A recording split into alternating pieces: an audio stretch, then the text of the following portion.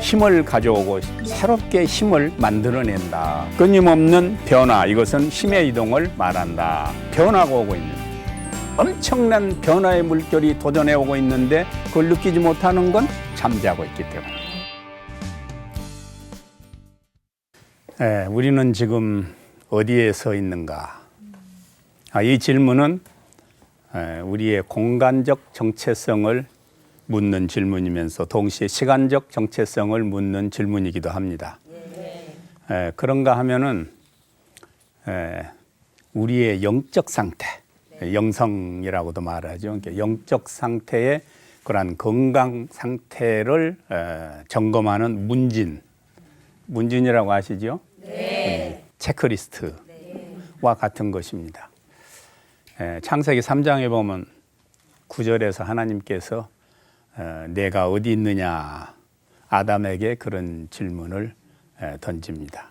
내가 어디 있느냐.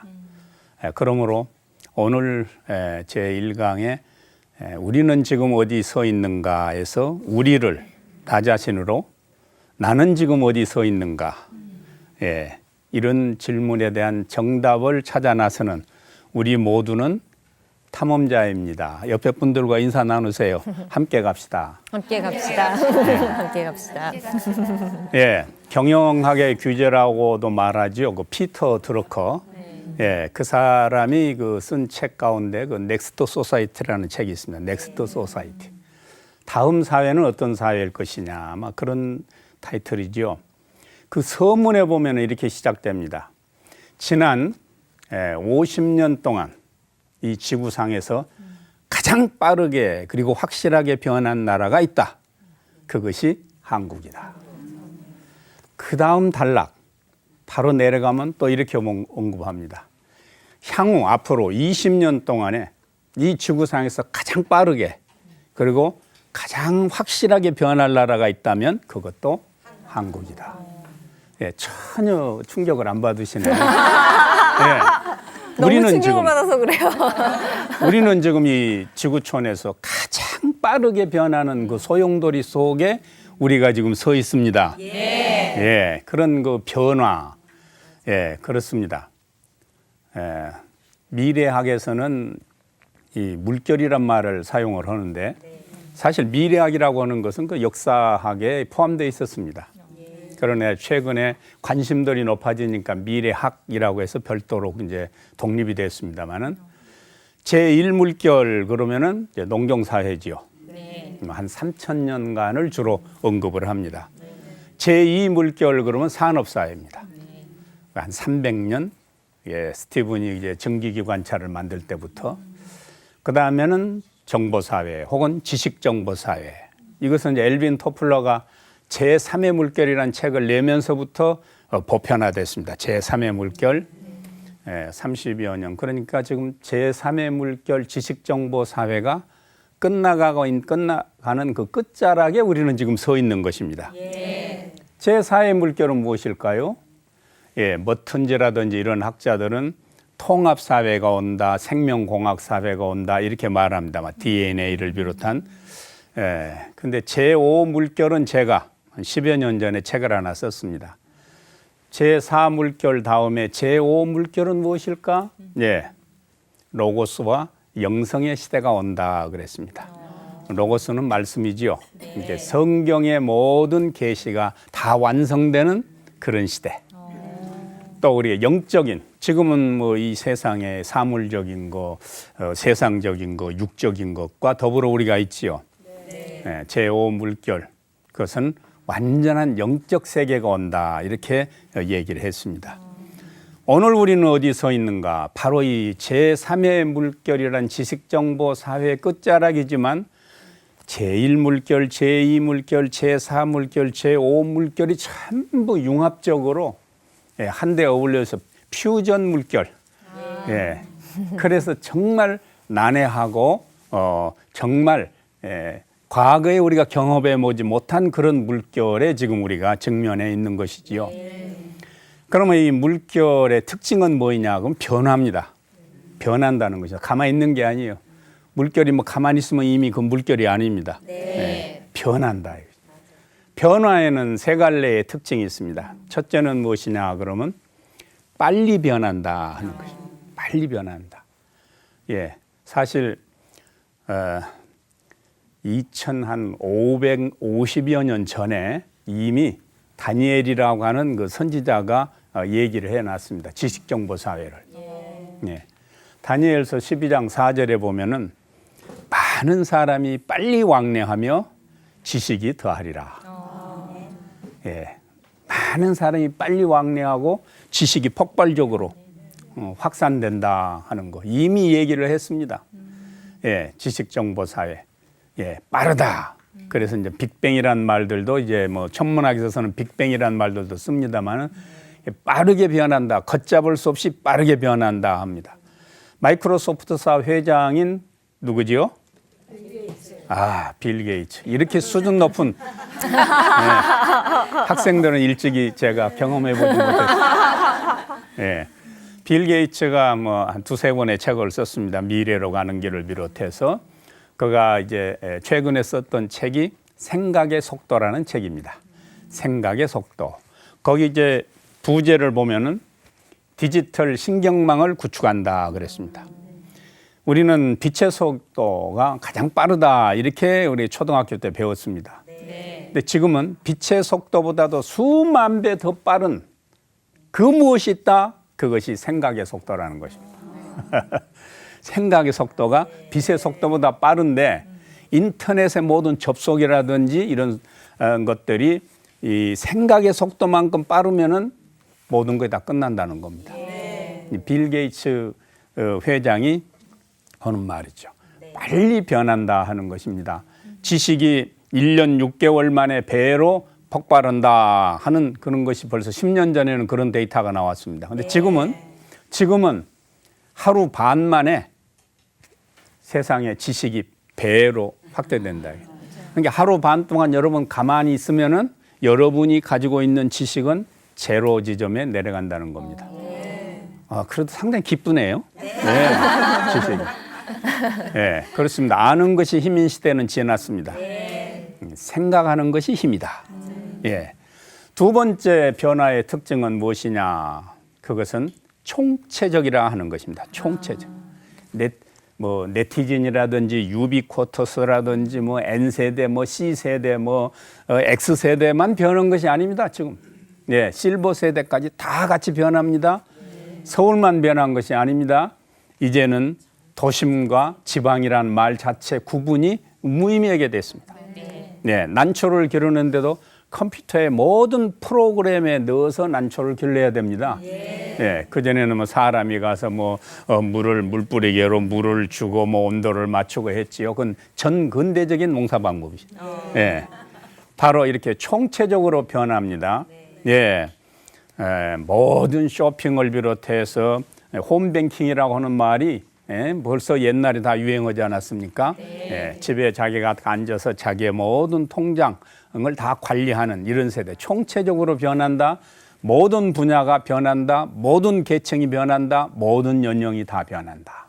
그럼 세 번째 변화의 특징은 무엇인가? 그것은 예측할 수 없다는 것입니다. 아까 우리 김포른 아나께서 말씀하셨죠. 불안하다. 불안하다. 그렇습니다. 미래학자들이 미래 사회에 대해서 도전해오는 사회에 대해서 연구하다가 마지막 결론은 딱 한마디입니다. 불확실하다는 것 말고는 확실한 것이 하나도 없다. 그 여러분들도 다 미래학자들입니다. 거기에 동의하면은 미래학자들입니다. 갈브레이드 경제학자지요. 그가 불확실성의 시대라고 하는 책을 벌써 뭐 한 20년 전에 이미 냈습니다. 불확실성의 시대. 지금은 우리는 불확실한 시대에 살고 있습니다. 그러면 이 불확실한 시대에 사니까 대책이 필요 없다 이거지요. 알 수가 없으니까. 예를 듭시다. 럭비 선수들을 보면은, 럭비 게임을 보면은, 럭비란 것이 뭐 월드컵 하듯이 뭐 둥글둥글한 그런 공이 아니고, 옛날 참외처럼 길쭉하죠. 이 날아오는 것도 불규칙적이고, 또 땅에 떨어져서 튀는 방향도 예측할 수가 없습니다. 부정확하지요. 그 착지 후에 튀는 거예요. 그러면 럭비 선수들은 어떻게 하면은 가장 지혜로운 선수가 될까요? 딱 뒷짐 끼고 가만히 있어야죠. 떨어져서 동쪽으로 튀면 그때 뛰어가야지 미리 액션을 취했다고는 방향 감각을 잃어버린단 말이죠. 그런 럭비 선수 봤습니까? 없나니 한 사람도 없습니다. 예측할 수 없기 때문에 더 정리의 훈련을 하는 것입니다. 더 치열한 강훈련을 하는 것입니다. 동의하십니까? 네. 그러므로 미래는 예측할 수 없기 때문에 우리를 긴장시킨다. 사실 변화는 두 갈래가 있습니다. 우유가 변했다.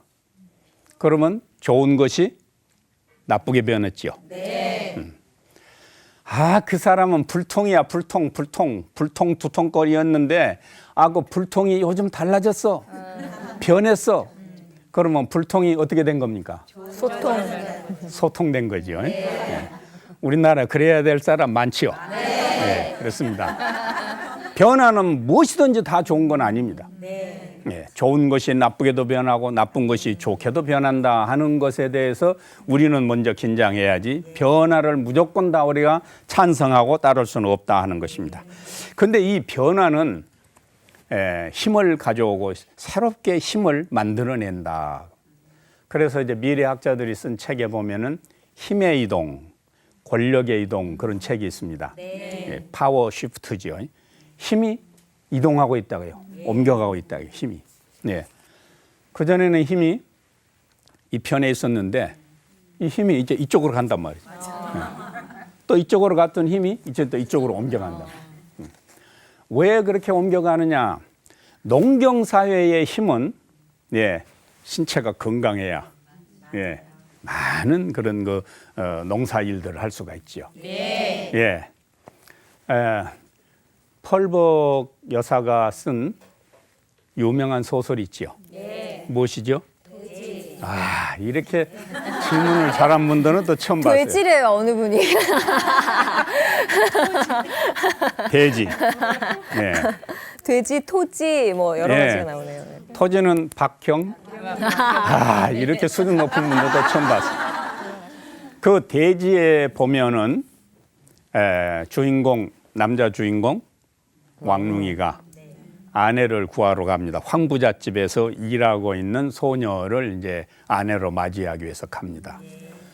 가서 보니까 거기 자기 이제 아내 될 사람이 서 있는데 너무도 그냥 수줍게 또 그럴 뿐만 아니라 아주 힘없이 맥없이 서 있는 걸 보고는 아주 실망을 합니다. 그래서 왕룽이 그 오란에게 서 있는 그 소녀에게 저기에 있는 물통을 한번 옮겨봐라. 그랬더니 촥촥 가가지고는 턱 들어서 어깨에 탁 넣어서 물통을 탁 갖다 옮겨놓은 거예요. 패스 합격됐다. 그래서 데리고 와서 아내를 삼아서 이제 대농 부농이 됩니다. 그 후에 이제 여러 가지 이제 우여곡절이 있습니다만은 그때 당시의 힘은 무엇이냐? 농경 사회에서는 사냥도 해야 되고 농사일도 해야 되는 그 어떤 신체력, 즉 물리적인 힘이 그때는 힘이었습니다. 산업 사회에서 힘은 무엇이냐? 대량 생산이죠. 특히 소품종 대량 생산. 히트친 상품 하나로 무수히 막 생산해 내야 되는 거죠. 지식정보 사회에 오면서는 이건 달라집니다. 산업 사회에서는 기술력, 그 다음에 어떤 기술을 통한 노동력의 어떤 집약성 뭐 이런 것을 해서 얼마나 많이 생산해내느냐 인간이 그래서 기계의 한 일부분이 되는 소외된 인간의 모습들을 우리가 많이 만나게 됩니다. 지식정보 사회에 오게 되면은 그런 것이 아니고 다품종 소량식, 다품종 다양성을 추구하는 그런 사회가 된 것입니다. 그래서 마이크로소프트사의 회장 빌 게이츠 같은 사람은 미국 정부를 향해서 그가 막 소송을 걸고 싸우고 그러죠. 미국이 뭐 어떤 나라입니까? 세계 온 나라가 다 눈치를 보고 있는데 대학 중퇴 더벅머리 청년이 미국 정부를 향해서 도전해 갑니다. 힘이 어디서 나왔느냐? 힘이 지식정보 사회에서는 정보의 힘이 있다 하는 것입니다. 오해가 없으시기 바랍니다. 정보 그러니까 뭐 어떤 사람의 뭐 사생활을 알고 있다 무슨 그런 정보는 무엇이냐? 새로운 창작, 창조를 위한 어떤 모티베이션과 창의력을 줄 수 있는 어떤 아이디어 뭐 이런 것을 정보로 말하지 남의 무슨 뭐 감춰둔 얘기를 듣는다 이런 것은 아니지요. 예, 그렇습니다. 그러면은 이렇게 농경사회에서 산업사회로, 산업사회에서 지식정보사회로 사회의 패러다임이 바꿔가면서 힘은 어디로 가느냐? 이미 내가 가지고 있었던 힘이 이제는 솔솔 빠져나갑니다. 기득권층의 변화가 오는 것입니다. 뿐만 아니라 직업도 마찬가지입니다.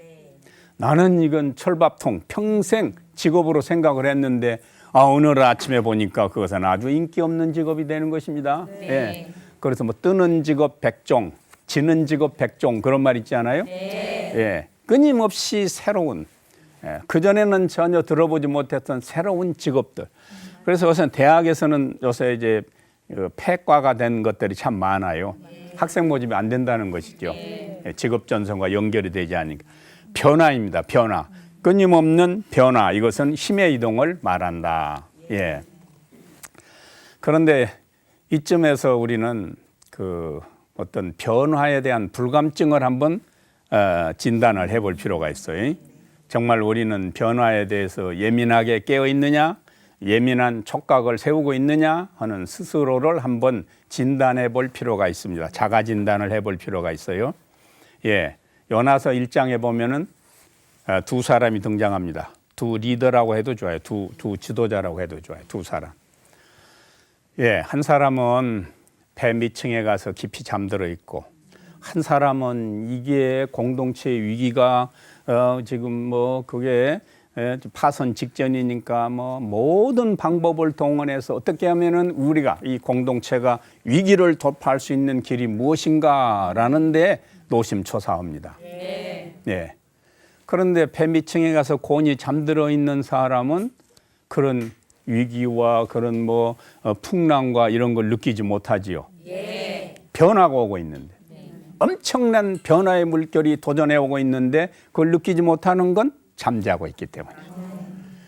그러니까 우리가 이 변화에 대해서 민감하지 않는 것은 간단해요. 내가 잠을 자고 있구나 이렇게 생각하면 됩니다. 예, 그렇습니다. 예, 두 갈래의 선지자들이 있었습니다. 구약에도 보면은 아모스 같은 사람은 북왕국에 가서 이게 큰일 났다. 또 주변국들도 다 이제 위기가 온다 이렇게 얘기합니다.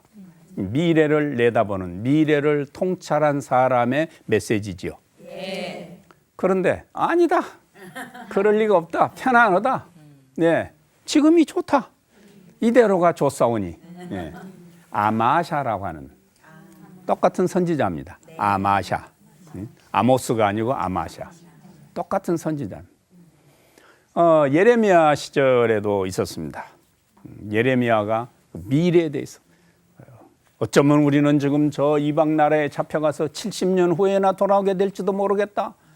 라면서 울면서 한 시민이고 한 선지자 예언자인 예레미야가 말씀을 선포할 때 그렇지 않다.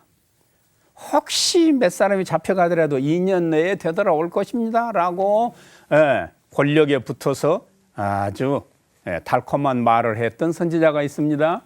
예, 하나냐입니다. 하나냐. 똑같은 선지자입니다. 그럼 참 선지자와 거짓 선지자는 어떻게 다른가? 그 선지자의 메시지가 성취되면 그건 참 선지자예요. 그 선지자의 메시지가 그대로 성취되지 아니하면 그건 거짓 선지자예요. 판가름이 딱 나는 것이죠. 그렇습니다. 미래 누구나 얘기할 수 있습니다. 왜? 아직 오지 않았기 때문에. 그러나 그 미래가 어떻게 그대로 이루어지느냐 하는 것에 따라서 그 사람의 통찰이 성서적이냐 비성서적이냐 그 우리 크리스찬들에게 오는 도전이지요. 예수님께서도 그 종교 지도자들에게 시대의 표적을 깨닫지 못하는 것을 엄히 책망했습니다. 마태복음 16장에 보면은 저녁에 하늘이 붉으면은 내일은 날이 맑겠다 하고 아침에 하늘이 붓고 거무면은 오늘은 날이 굳겠다 하나니 너희들이 천기는 살필 줄 알면서 왜 시대의 표적은 깨닫지 못하느냐? 오늘 아침에 여러분 일기예보 보셨습니까? 네. 날마다 보지요. 신문에도 나오는데 또 텔레비전 또 스마트폰으로 다 보지요. 네. 그런데 이 영적인 그리고 이 시대적 미래에 대해서는 얼마나 우리가 깨어 있느냐. 예, 이것이 불감증입니다. 미래에 대한 불감증. 그런가 하면은요. 또 우리나라는 문화적으로도 보면은 어제하고 오늘은 있는데 내일이 없어요. 내일이 없습니다. 내일은 올레자하고 날일자에서 그거 이제 한문에서 빌어온 말입니다. 근데 모레는 순수한 우리말이 있어요. 모레 다음에는 뭐예요? 글피도 우리말이에요. 근데 내일이 없어요. 내일이. 예. 그러니까 무관심해서 내일이라는 순수한 우리말이 없느냐? 예. 아니면은 우리는 어제와 오늘에 참 만족하면서 산다. 예. 그래서 내일이 없는 것이냐? 여러 가지로 생각할 수가 있습니다. 예. 그러나 우리는 어제와 오늘을 생각할 때 거기서 그냥 행복하게 지내고자 하는 사람들이 많이 있어요. 그건 미래에 대한 꿈과 비전과 도전이 없다는 증거지요. 미당 서정주 선생의 가장 대표작이라고 말하는 것이 국화협회사라는 시가 있죠. 예, 한 송이 국화꽃을 피우기 위하여 봄부터 소쩍새는 그럼 시간을 전략했습니다. 그럼 어제입니다. 봄이 나왔습니다. 또 천둥은 먹구름 속에서 여름입니다. 자, 그 다음에는 또 과거를 회상합니다. 네. 그립고 아쉬움에 가슴 조이던 먼 젊음의 뒤안길에서 이제는 돌아와 거울 앞에 선 내 누님같이 생긴 꽃이야. 이렇게 젊음을 다시 되돌아봤는데 오늘은 뭐인가? 내 누님이요 국화꽃이란 말이지. 내 노란 꽃잎이 나오려고 간밤엔 무소리가 저리 내리고 내겐 잠이 오지 않았나 보다. 어제에서 시작해서 오늘로 딱 끝나요. 네. 그렇습니다. 미래가 없어요. 이 시에서. 그걸 우리는 다 애송시라고 좋아하는 것입니다. 여기에 대해서 우리는 미래에 대해서 너무도 무관심 또는 불감증 이런 뭐 그런가 하면은 또 어떤 사람들은 그러지요. 예. 미래라고 하는 것이 뭐 우리하고는 상관없다. 젊은 세대하고는. 우리는 지금 뭐 거의 뭐 다 살았고 연금 보장도 다 돼 있고 뭐. 은퇴도 뭐 얼마 안 남았고 이렇게 생각하기가 쉽습니다. 예. 이런 걸 이제 거부형이라고 하고 또 도피형이 있어요. 아이고 미래 그건 뭐 나하고는 상관없다면서 도피해버리는 사람들이 있어요. 그런가 하면은 또 편승형이 있습니다. 부초 인생이라고 그러는데 변하면 뭐 동서남북 막 천방지축 그냥 따라다니면서 변화하는 데만 가서는 언제든지 나타나요. 그러고 뭐 하루에도 몇 분씩 변하고요. 예. 이런 마지막에는 우리가 바람직한 건 뭐냐? 창조적인 인간 모습. 창조적인 크리스찬은 어떤 크리스찬이냐? 미래에 대해서 자기가 끌려가는 것도 아니요. 도피하는 것도 아니요. 부정하는 것도 아니요. 그렇다고 100% 긍정하면서 수용하는 것도 아니다. 거기는 보석처럼 빛나는 지혜를 동원해서 미래를 어떻게 아름다운 미래로 우리가 창조해 가느냐. 창조형 미래 크리스찬의 모습. 이것이 오늘 우리에게 오는 도전입니다. 우리에게 오는 미래에 대한 희망이죠. 그래서 성경 구절을 소개하고자 합니다. 사도 바울의 권면입니다. 로마서 12장 1절 2절 말씀이죠. 로마서 12장 1절에 보면은 그러므로 이렇게 시작을 합니다. 11장까지의 은혜를 인하여 믿음으로 구원받는다고 하는 걸 쭉 설명을 해주고 그러므로 내가 하나님의 모든 자비하심으로 너희를 구원하노니 너희 몸을 하나님이 기뻐하시는 산 두 개로 나눠지는군요. 산제사냐, 산제물이냐. 예, 그래 개역 개정판에는 제물로 나와요. 그전엔 제사인데 다 맞습니다. 왜? 제물 없는 제사는 없으니까. 크게 말하면 제사고 또 좁게 말하면 제물이라고 얘기할 수 있습니다. 그 다음에 2절입니다. 12장 2절 로마 12장. 너희는 이 세대를 본받지 말고 그랬습니다. 이 세대 오늘을 본받지 말라고. 오늘을 본받지 말라. 오늘 본받지 말라는. 예, 오직 마음을 새롭게 함으로 변화를 받아. 예, 변화를 받으라 그랬어요. 자기가 하는 게 아니에요. 내가 내 의지로 내 지혜로 아닙니다. 변화를 받으라. 예, 하나님의 선하시고 기뻐하시고 온전한 뜻이 무엇인지 분별하라. 예, 미래 그건 어떤 모습으로 올 것인가, 우리가 어떻게 예측할 것인가. 그것은 우리가 주님께서 주시는 변화를 받아서 내면으로부터 새롭게 변화함으로 하나님의 뜻을 분별하는 것입니다. 우리의 삶의 현장에서의 하나님의 뜻, 유장한 역사 속에서의 하나님의 섭리, 그리고 미래 세계에 대한 하나님의 통치의 빛깔, 이런 것을 어떻게 우리가 느끼느냐? 그의 선하시고 기뻐하시고 온전하신 뜻, 다른 말로 말하면 하나님의 플랜, 하나님의 계획을 우리가 분별할 때에 창조적인 아름다운 눈부신 미래를 우리가 함께 나아갈 수 있습니다. 아멘. 그렇게 되시기를 축원합니다. 아멘. 감사합니다.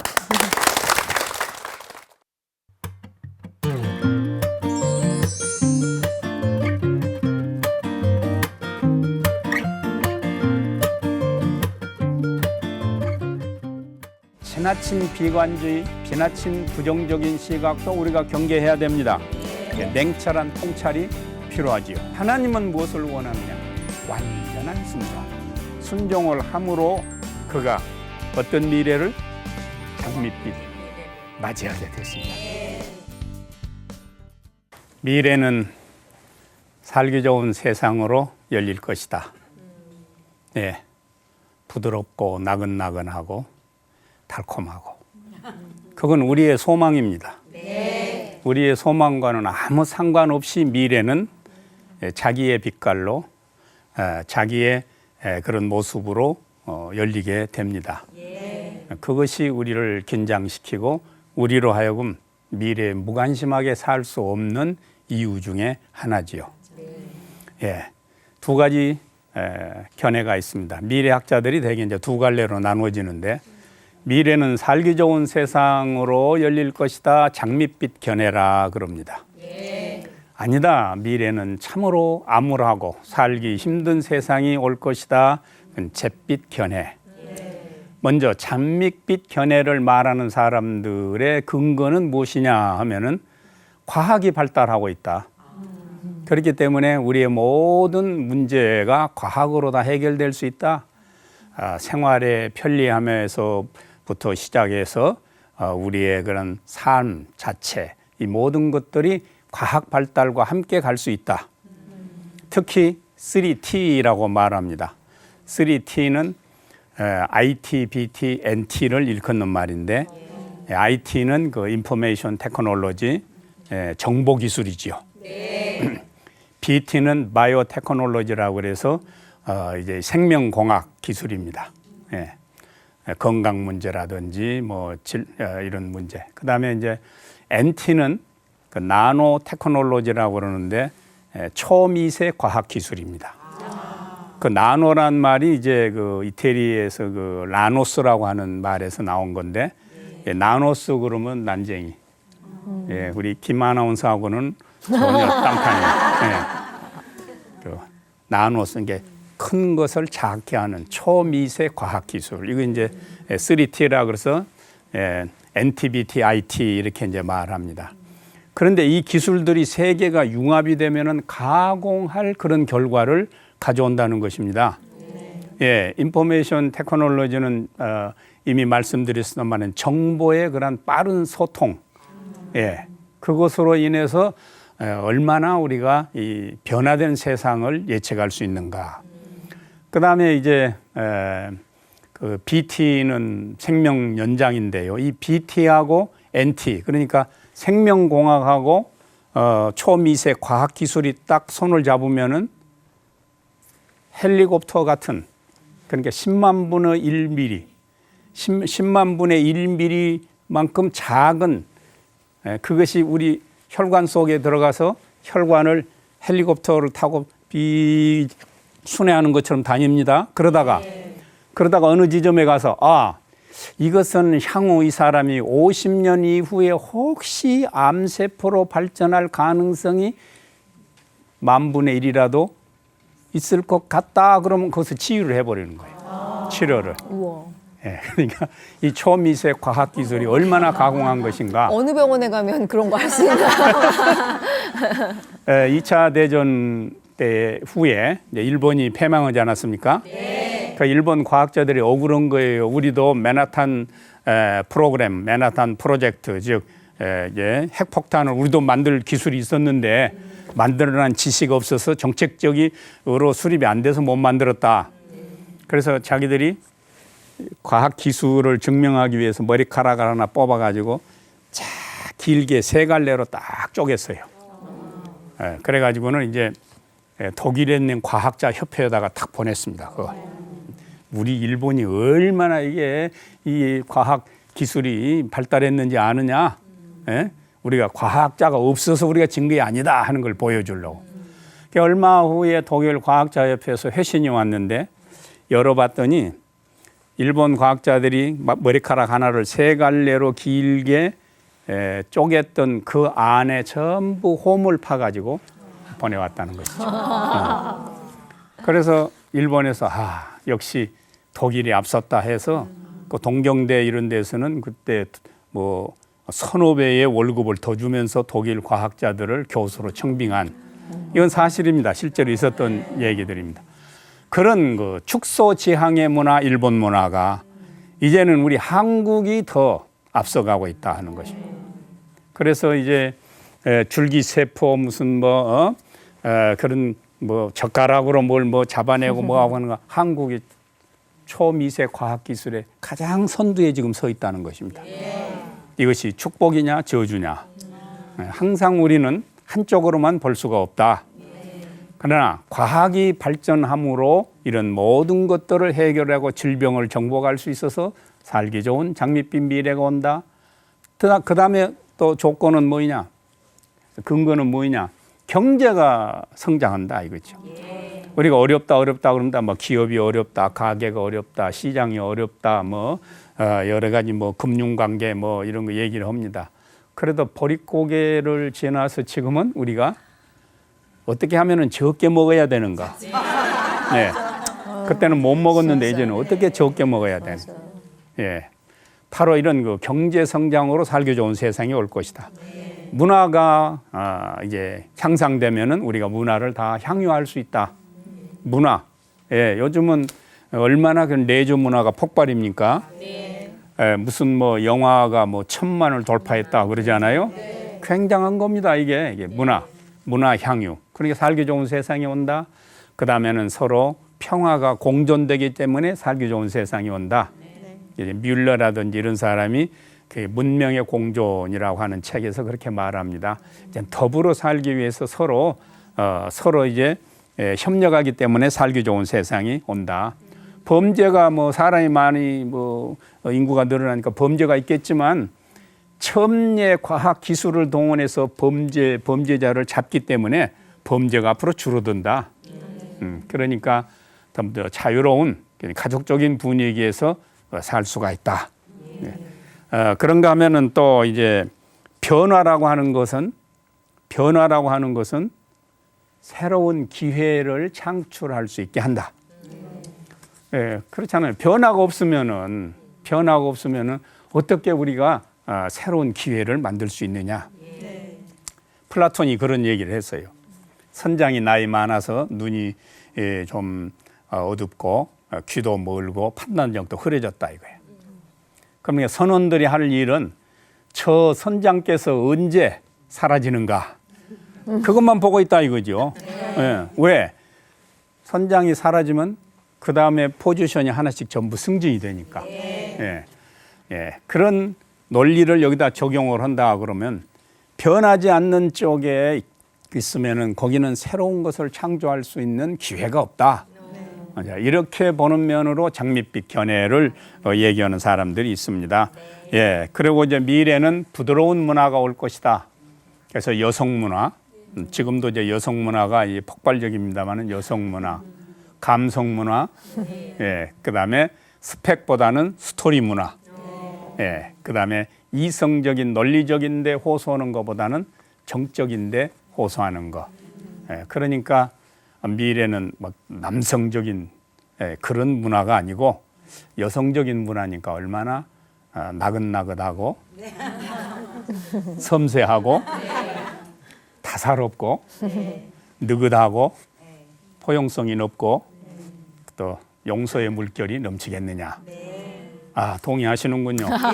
예. 향기로울 것도 같아요. 왠지. 아, 그렇습니다. 예, 향기로. 예, 이렇게 해서 미래는 장밋빛이다. 이것을 장밋빛 견해라 그럽니다. 예, 반대 시각이 있습니다. 아니다. 미래는 참으로 가공할 그런 세계가 올 것이다. 첫째, 사이버 아나키 사회가 온다. 사이버 뭐 스페이스에서 이루어지는 사이버 공상 과학 세계에서 벌어지고 있는 것들은 예, 어떻게 통제할 수가 없다 이거예요. 무정부 상태가 된다는 것입니다. 무정부 상태가. 그런 것도 지금도 우리가 늘 보게 되죠. 옛날에는 뭐 흉기를 가지고 가서 뭐 도둑질을 한다든지 사람을 해친다든지 했습니다. 요새는 자판 위에서 거의 다 이루어지죠. 예, 문자판 위에서 이루어집니다. 이러한 예, 미래, 이것은 아무도 통제할 수가 없기 때문에 이것은 매우 가공할 미래가 온다. 딥웹이라고 아십니까? 딥웹. 예, 딥웹이라고 하는 것은 그러한 그 바람직하지 못한 정보들을 서로 교환하는 그런 그 인터넷 정보 유통의 바다입니다. 딥웹이라고 있습니다. 거기는 전부가 다 그런 어두운 또는 남을 해치는 그런 정보들이 오고 가는 것이죠. 이건 아무도 통제할 수가 없다는 것입니다. 무슨 정보가 있거나 무슨 감시가 있는 것이 아니고 이러니 살기 어려운 세상이 올 것이 아니냐. 네. 그 다음에 또 미래를 어렵게 보는 건 과학이 발달하지만 범죄가 또 거기에 따라서 첨예화한다. 해킹이란 거 들어보셨죠? 해킹. 해킹이 그냥 뭐 어떤 프로그램 하나를 파괴하는 정도가 아니고 이제는 엄청난 위험, 폭발적인 위험, 뭘 불러올 수도 있다. 그러니까 미래는 잿빛으로 올 것이다. 따라서 생명 경시 풍조가 만연해진다. 예. 이래서 이제 미래를 어둡게 보는 그런 학자들이 많이 있습니다. 또 문명은 공존하는 것이 아니고 충돌한다. 사무엘 헌팅턴이 쓴 책입니다. 문명과 문명, 세계 문명을 몇 개로 나누었습니다. 유교 문화권, 뭐 불교 문화권, 이슬람 문화권, 기독교 문화권, 뭐 이렇게 몇 개로 나눠놓고 이것들이 앞으로는 서로 충돌한다. 그러니까 일종의 종교 충돌, 종교 전쟁과 같은 것이죠. 예. 이렇게 봐서 미래는 문명과 문명이 소통하는 것이 아니고 서로 각을 세우고 충돌을 하게 된다. 예.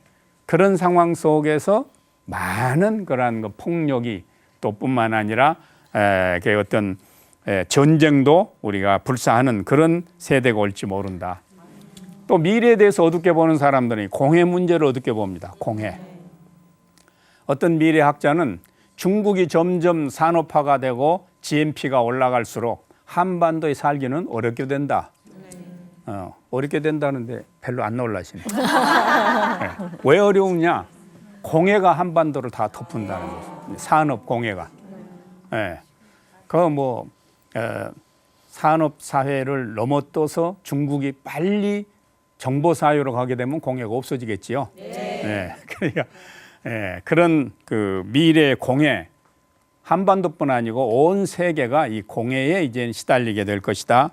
그 다음에 이제 미국과 중국이 어떤 패권 경쟁하는 데에서 세계 힘의 새로운 그러한 그 질서, 이런 것에 또한 미래는 어두울 수 있다. 그 다음에 이제 그런 상황 속에서 대체 종교의 등장을 내다보는 미래학자들도 있습니다. 이제는 종교의 영역이 전부 희박해졌다. 종교라고 하는 그런 그 신비로운 영역이 인간이 과학을 통해서 다 정복해 버린다 이거죠. 신의 영역을 넘겨다 보는 인간의 오만, 이런 것이 재앙을 불러일으킬 것이다. 예. 자, 이쯤에서 제가 질문을 드리고자 합니다. 예. 장밋빛 미래를 원하시는 분 손 들어 보세요.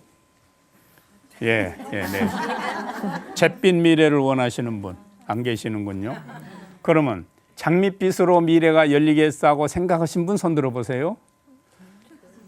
예. 반드시 장밋빛으로 올 것이라고 생각. 그다음에 잿빛으로 올 수 있다고 생각하신 분 손 들어 보세요. 예. 그렇습니다. 예, 선택의 어려움. 아, 나는 선택할 자유가 있어서 괴롭다. 그렇습니다. 예, 여기에서 우리는 새 물결에 대한 갈등을 갖게 되는데, 어느 한쪽에 치우칠 수가 없어요. 지나친 낙관주의도 우리는 경계해야 됩니다. 지나친 비관주의, 지나친 부정적인 시각도 우리가 경계해야 됩니다. 냉철한 통찰이 필요하지요. 우리의 삶의 현장도 마찬가지입니다. 우리 가족의 미래가 어떻게 될 것인가, 지나치게 환상적인 감상적인 꿈만 가지고 있는 것도 경계해야 돼요. 그러나 지나치게 미래가 없다고 절망하는 그런 미래관도 경계해야 됩니다. 교회도 마찬가지입니다. 한국교회. 아, 이제는 성장이 멈추고 이제는 퇴보하기 때문에 한국교회 위기가 왔다. 뭐 이렇게 생각하는 것 지나친 그런 부정이지요. 그러면 그것을 뛰어넘기 위해서 한국교회는 다시 성장한다? 그 뜻이 아니고, 교회가 사람의 수로 본질을 해석할 수 없다. 대변할 수 없다. 이 새로운 차원의 교회의 본질적인 것을 우리가 맞이하게 될 때는 더욱더 한국교회는 밝은 미래가 되는 것이지요. 성장하고 성숙한 그런 교회가 될 것입니다.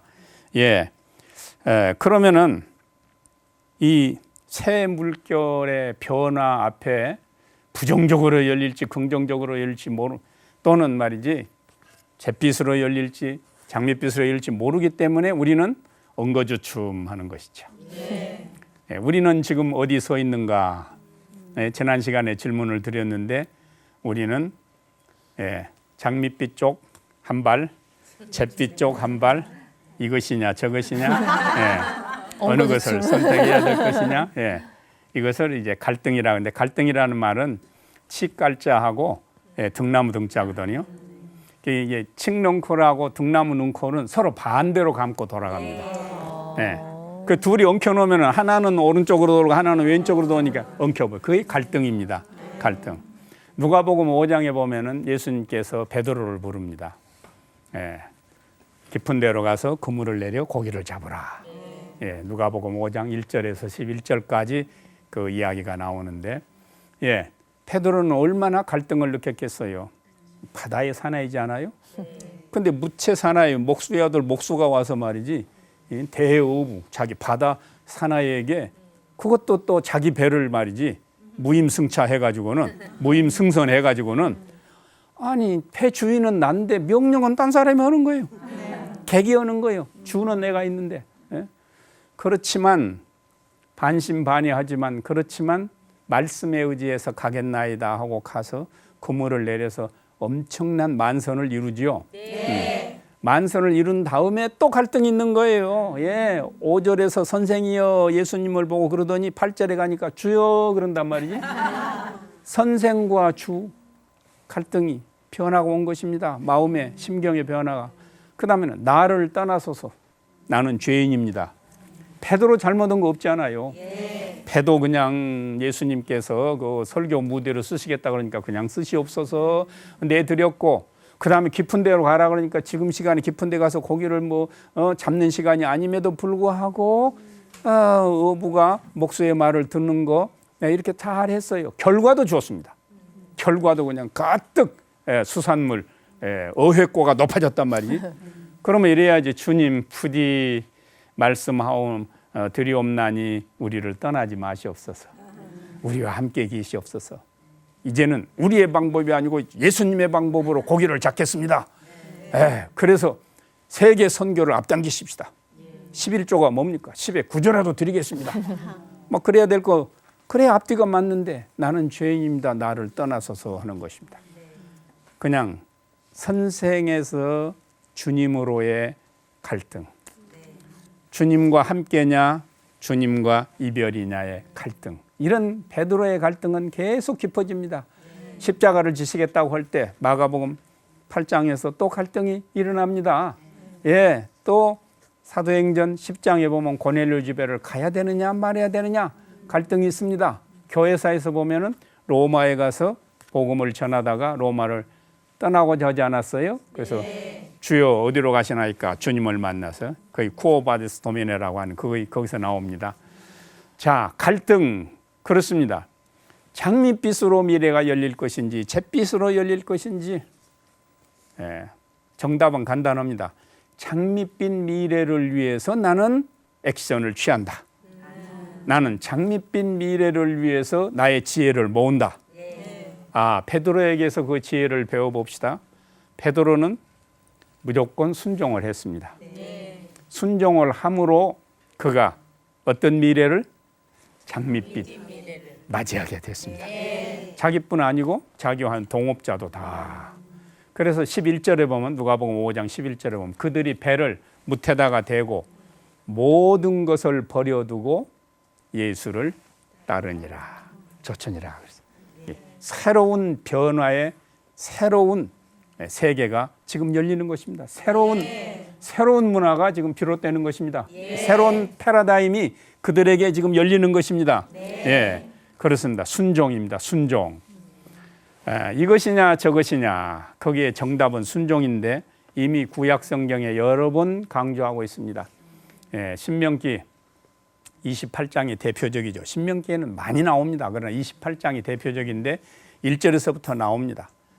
너희가 저 가나안 복지에 들어가서 나의 법도와 율례를 잘 지키면은 들으면서도 복을 받고 또 너의 떡반죽이 복을 받고.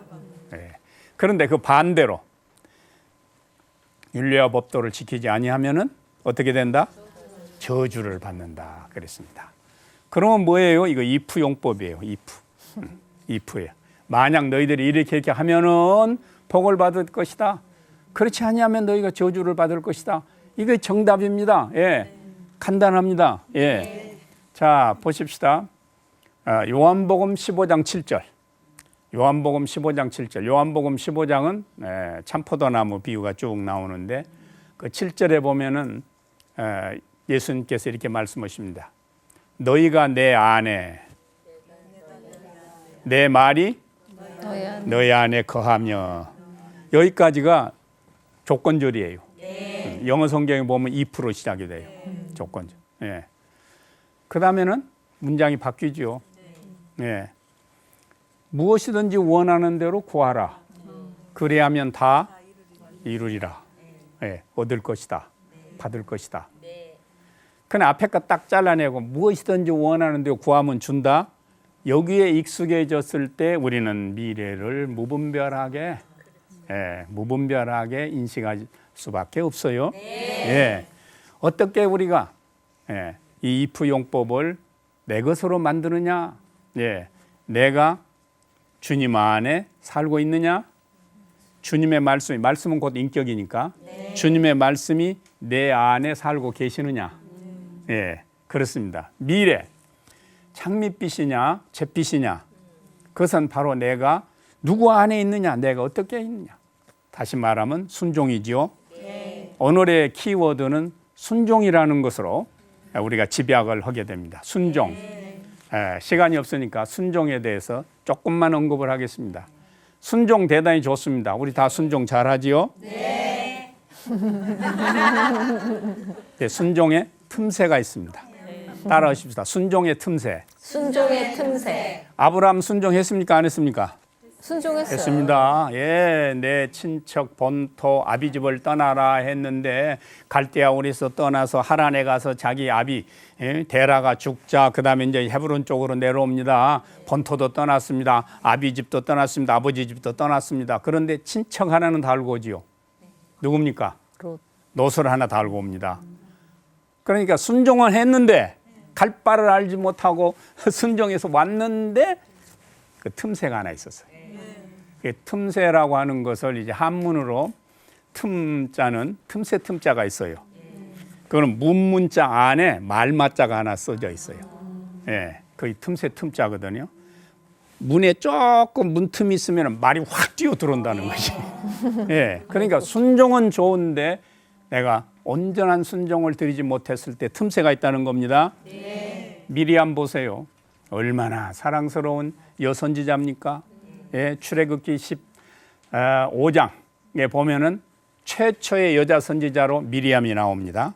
뭐 신약에서는 마리아라는 이름하고 같습니다만은 이 미리암이 얼마나 긴 시간 갈대밭에서부터 동생 모세를 돌보고 그 길을 열어주는 데서부터 또 40년 동안 모세를 동생을 기다리고 그 다음에 또 40년, 80년 동안 기다린 그 미리암이 예, 그리고는 출애굽기 12장에서부터 15장까지 출애굽 과정에 얼마나 그 누나 미리암이 모세 누나 미리암이 혁혁한 공을 세웁니까? 네, 민수기 12장에 보면은 딱 한 번 틈새를 보입니다. 이 미리암이 모세의 리더십에 도전하지요. 예, 그러자 민수기 20장에서는 묘비 하나도 없이 쓸쓸하게 모래밭에 묻히고 맙니다. 더 이상 미리암은 등장하지 못합니다. 네, 틈새. 신약에 오면 사도행전 5장에 보면 아나니아 삽비라. 네, 사도행전 4장 마지막에 보면 바나바도 토지를 정리해서 다 사도들의 발 앞에 놓고 하니까 자기도 재산을 다 정리했다 하고 내놓은 것 같은데 조금 감춰줬단 말이죠. 순종. 그것까지도 상당히 어려운 거예요. 자기 재산을 전부 정리해서 대부분 내놓고 조금 좀 감춰두는 거. 그러기도 어려워요. 네. 그런데 그 순종의 틈새가 그를 비참하게 만든 것입니다. 여호수아도 마찬가지입니다. 우리가 여호수아 본받아 앞으로 가자고 그러지요.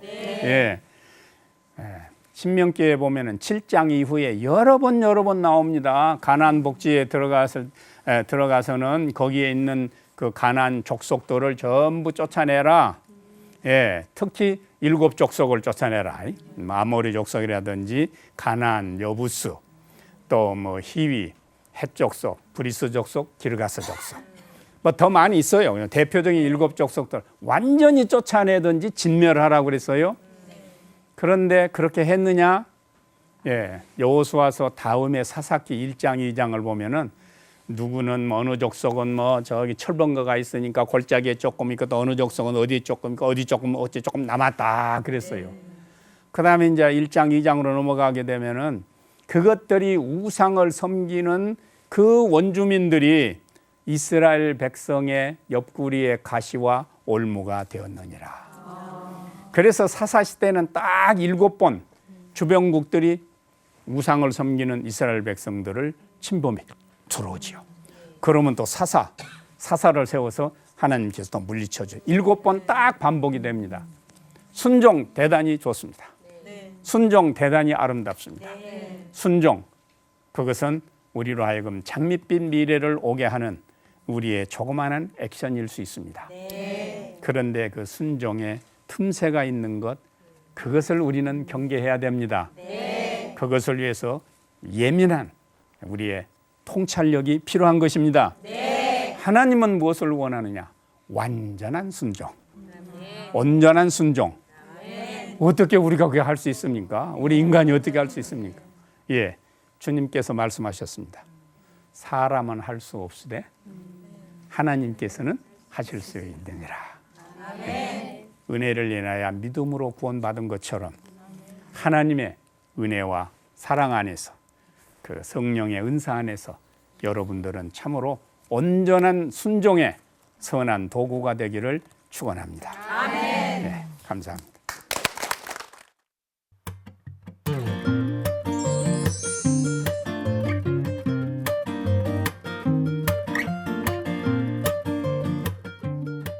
사랑.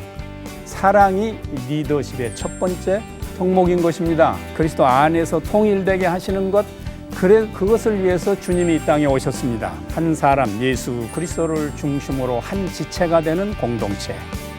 그것이 미래를 이끌어가는 아름다운 지혜가 될 것입니다. 누가 미래를 이끌어갈 것이냐? 그건 정답은 딱 하나입니다.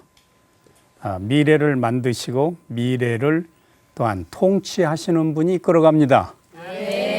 미래는 우리가 아니고 하나님께서 이미 다 미리 정해놓으신 그 플랜에 의해서 전개됩니다. 그게 하나님의 역사, 섭리, 경륜이지요. 그 하나님께서 역사를 섭리해 나가시고 이끌어 가시는데 방법이 있어요. 하나님의 스타일. 하나님의 방법은 어떤 것이냐 그러면 하나님께서는 미래를 전개해 나가시는데 사람을 들어 쓰신다 하는 것입니다. 사람은 무엇입니까? 하나님의 작품이지요. 그의 만드신 바라.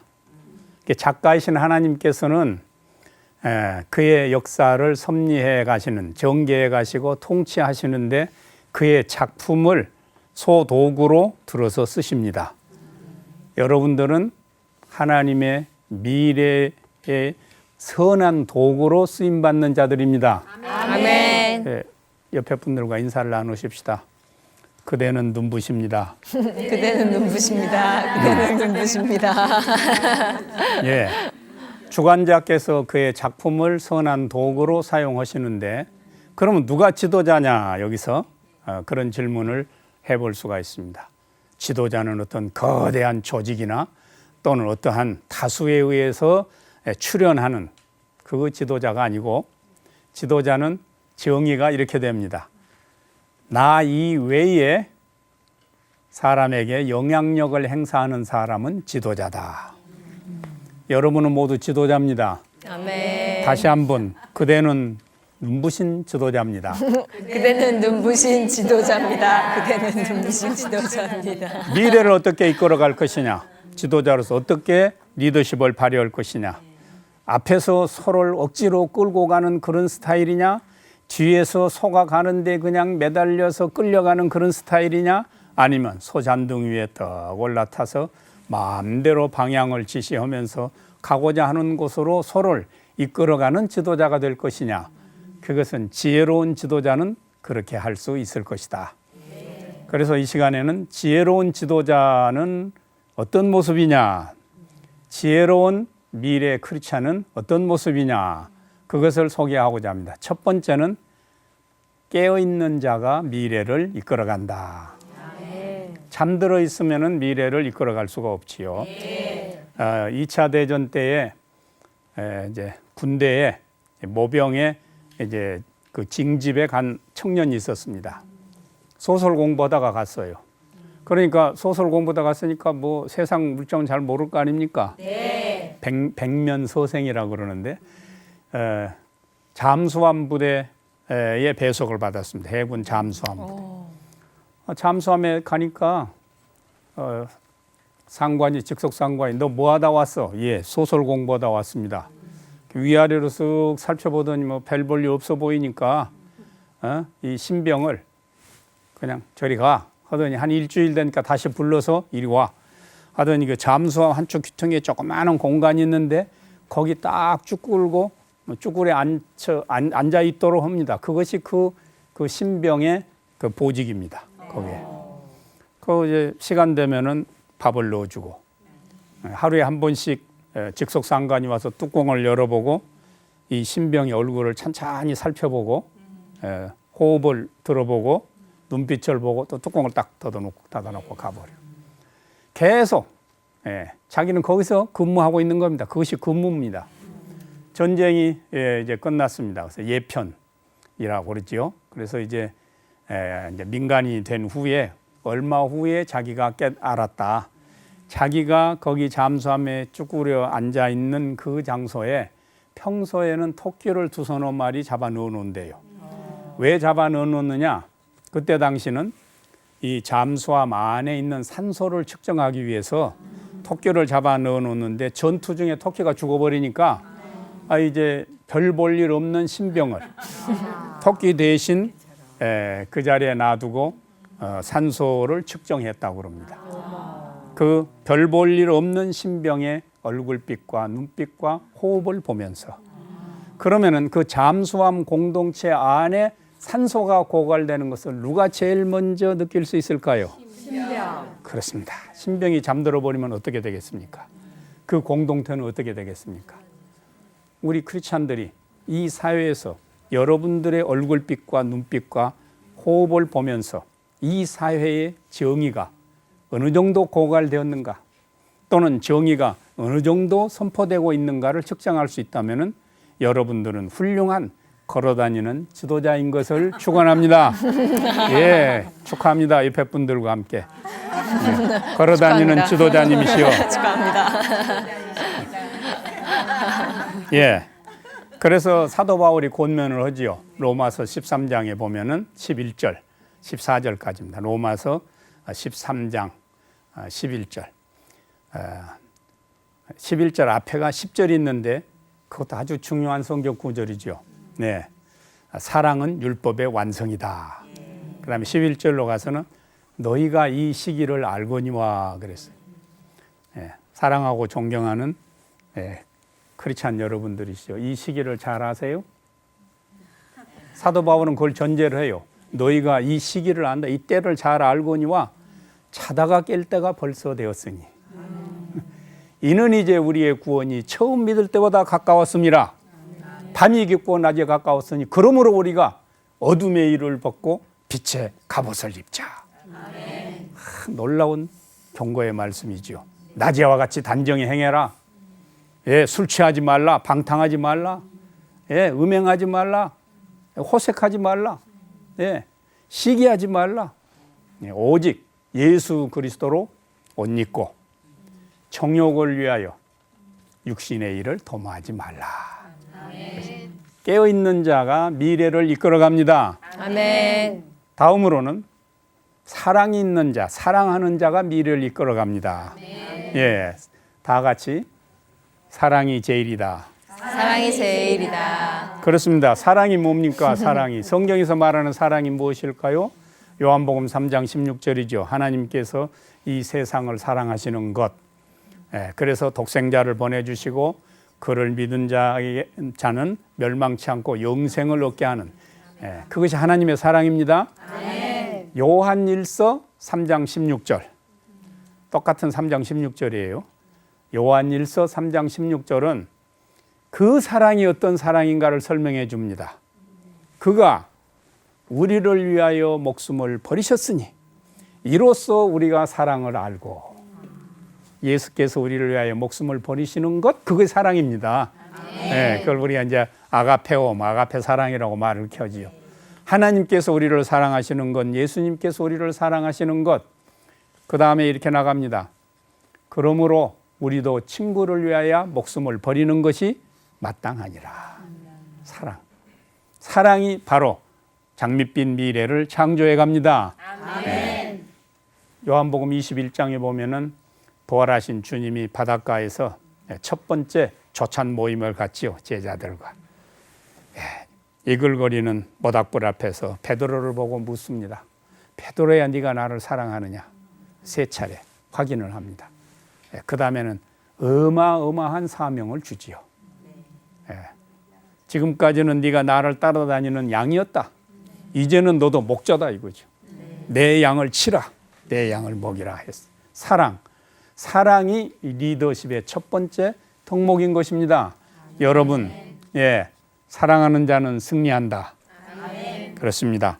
다음으로는 융합의 문화를 창조하는 자. 조금 뭐 말이 매끄럽지 못합니다만은 서로 통합적인, 통섭적인 그런 리더십.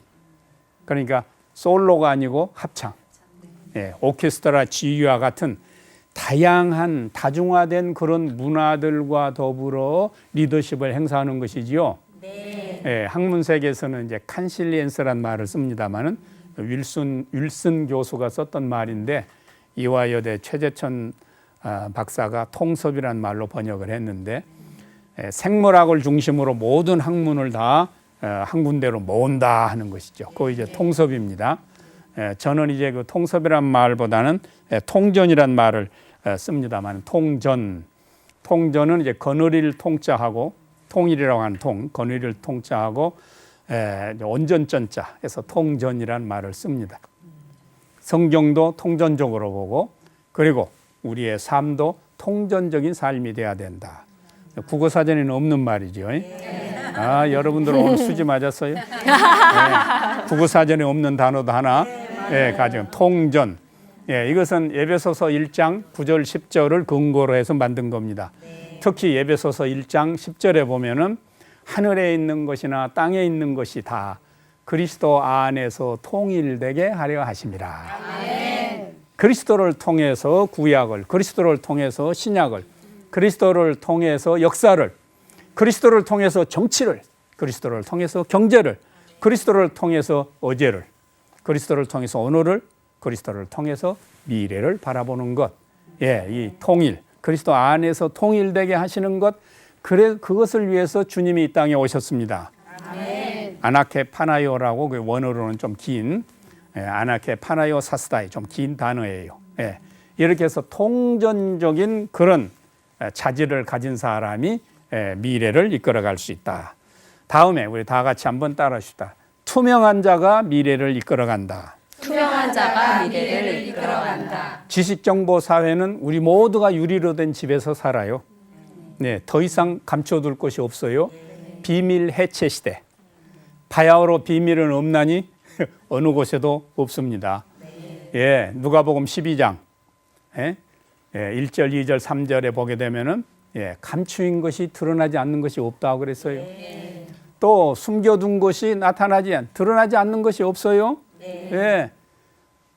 골방에서 소근소근 하는 말이 지붕 위에서 전파되고 어두운 곳에서 나눴던 말이 광명한 데서 드러난다. 한문에도 보면 똑같은 말이 있습니다. 인간 사어라도 천청은 양례하고 그런 말이 있어요. 인간들이 사사롭게 말을 하는데 하늘에서 들을 때는 그건 우레소리와 같게 든다. 암실 기심이라도 신목은 여전이라. 깜깜한 방에서 사사로이 우리가 뭔가를 꾀했는데 신의 눈은 번개처럼 본다. 더 이상 비밀은 없다. 거의 투명입니다. 그 투명은 우리의 삶에서 우리는 일상 가운데에서 모든 투명, 교회 생활에서 투명, 재정관계 투명, 인간관계 투명, 모든 것이 투명한 그런 사람이 미래를 장밋빛으로 이끌어가는 리더가 된다. 동의하십니까? 그 다음에 다 같이 따라합시다. 창조적인 자가 미래를 이끌어간다. 창조적인 자가 미래를 이끌어간다. 개미는요, 자기가 발로 다니고 자기가 물어온 것만이 자기 것이에요. 개미는. 그러니까 자기가 확인한 것만 자기 것이에요. 그 다음에 거미는 자기 몸에서 나온 것만이 자기 것이에요. 자기 몸에서 다 집을 지어놓고 그 집 안에서 자기의 삶의 그런 라이프 스타일이 딱 결정되는 거예요. 그런데 꿀벌은 달라요.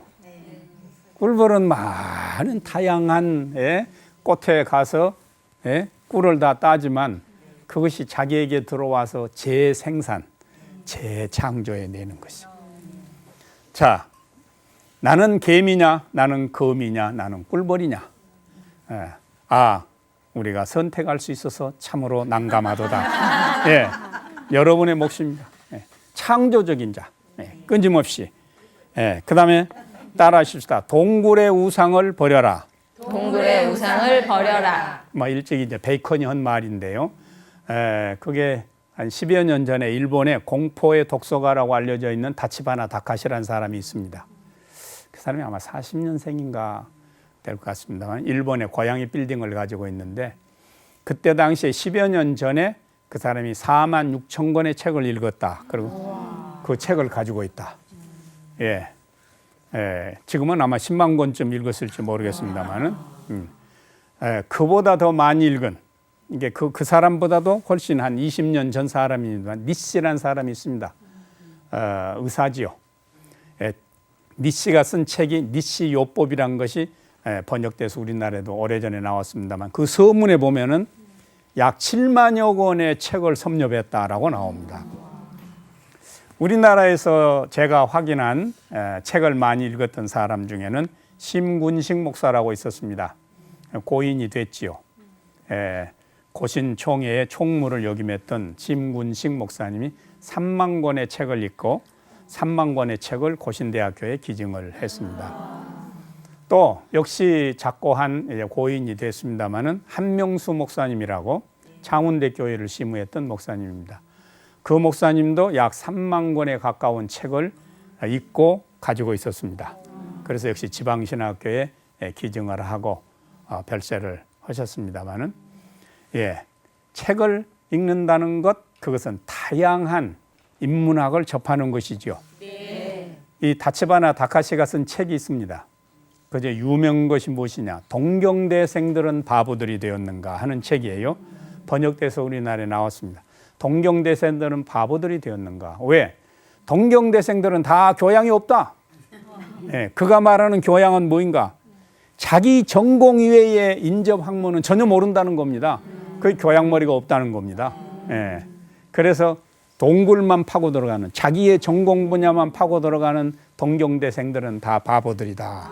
그래서 전공의 학문의 경계를 넘나드는 걸 말하는 것이죠. 저도 전공이 없습니다. 저는 전공이 없고 부전공만 5개 있는데 부전공 가운데 하나 성교학으로 이제 논문 박사 학위는 받았습니다만은 그 대신 제가 책을 많이 읽습니다. 왜냐? 동굴의 우상을 파괴하기 위해서. 지금까지 제가 한 2만 5천 권의 책을 읽었는데 다른 데서 이런 얘기를 하면 전혀 놀라시질 않는데 과연 여러분들은 애서가 애독자들만 다 모인 것 같습니다. 2만 권의 책을 읽으려고 그러면은 하루에 한 권씩 꼬박꼬박 60년을 읽어야 2만 권을 읽습니다. 그러면 2만 5천 권을 읽은 사람을 뛰어넘기 위해서는 어떻게 해야 되는가? 간단합니다. 하루에 10권씩 읽으면 됩니다. 그래서 청출어람이라고 저를 넘어설 수가 있습니다. 왜 그런가? 포스트 모던 시대 이후에 미래 세계는 전부 이런 그 융합적인 다원화된 사회로 지금 가고 있습니다. 그러니까 자기 분야만을 알아서는 그건 섬으로 가는 고립된 그런 모습일 수밖에 없다. 미래, 그것은 나의 전공을 떠나서 모든 분야에 대해서 섭렵해야 되는 그것이 미래의 지도자가 해야 되는 덕목 가운데 하나인 것입니다. 한번 따라해 줍시다. 미래는 꿈꾸는 자의 것이다. 꿈이 있어야 되지요. 미래는 희망입니다. 스펄전 목사에게 한 130년, 140년 전 이야기입니다만은 찰스 하돈 스펄전 목사님이 이제 영국에서 목회할 텐데 한 자매님이 찾아왔어요. 상담으로 왔습니다. 내담자지요. 목사님, 저는 아무 소망이 없어요. 남편하고 일찍 사별했지요. 아들 하나 있는데 지금 감옥에 있지요. 저는 이제 서푼어치밖에 희망이 없습니다. 저는 어떻게 하면 좋아요?